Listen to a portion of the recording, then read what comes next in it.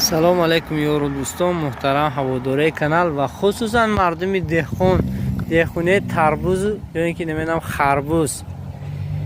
بر شما یک نمونه تخم اورجینال از خود کم امریکا اومدگی است. حاضر میخوایم از این دهخون اصیل هستن که عبدالغفار همین تخم یک کامنتر کنم برای ما درباره این تخم کمی هم باشه برای ما یک معلومات دیدن که این تخم نو اومدگی است از خودی.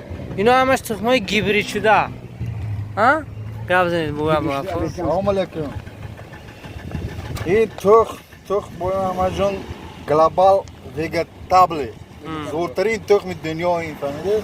این تربوز 15 کیلو تا 40 کیلو میشه.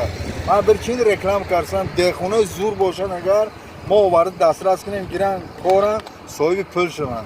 این تربوز گارانتی اورجینال یگو خیلی وایش نیست پرودوسر 15 کیلو تا 40 کیلو میشه تربوز. تربوزای دستی سیدی میبرم به خاطر 22-23 کیلو. این تربوز همون تربوز فهمیده 2023 بروندگی تربوز. راست از جای خدا هیچ کی منده نیست این در بازارهای خوجند برای مثال مغازین خدا این تخمان نیست. این تخم اپولو این تخم بورس پرودوسر اورجینال این واش نه اورجینال هم خیلی میشه این اورجینال این راست من گفتنم که مقصدی من چی گفتنی من اگر کسل شوی پیش چیز میری پیش دکتر زور میکوی آدما کسل میشن همینجا مسکویچ میرن دکتر کوی هم خیلیونه این هم چیزی زور کوی میوی یا پیروسش ما این برادره ازبک آوردم پروس ما دسترس کردی دودگی از شهر توشکم بریم سال من نرخشم میگم نرخ 800 سومونی یک درم کم نمیشه میشه 800 سومون این گلوبال ویگا تابله اورجینال این یگو خیلی اش نیست بره باش نیست دهخون زور باشن اگر نام خوردگی باشن مرحمت چند پشکه باشن و دسترس میشه نمیده گویم همه جان این گم نیست گویم همه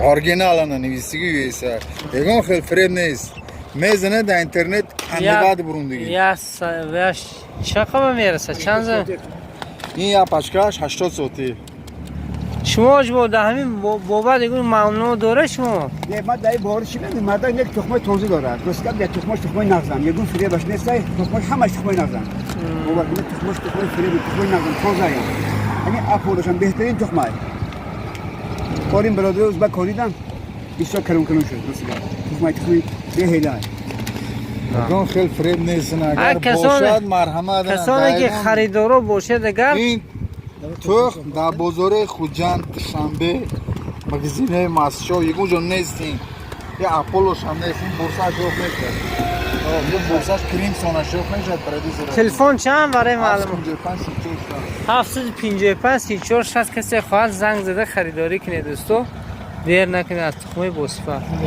خیلی دوستو برای شما نوار کردم ویدیو با شما پسند دادن حتما فکر و اندیشه خوبی خود در زیر کامنت‌ها میگذارید دوستو باقی سربلند و خانه آباد باشد نه همیشه زمیناتون هم خیلی سر حاصل باشد مانند حوضرنگی دانه ما نه وکک رکلام کردیم تو اول نپرتفته الکی همون گلوبال بود چی بود اویس در همون جاش خریدنش اگه با کسی در کار باشد حتما گفتی که اگه زکاز میکنه در همون رقمای در بالای اکران گذاشته با برای شما خدا خواهد دسترس میکنن. موسمی کارشی تربوز هم کم ماندگی است تو حرکت کنید به طرف نباشد نسبت به همین زمین و دهخانی حرکت کنید که هر یک وجه زمین ثمرناک استفاده برید باقی سربلند و خانه آباد باشه.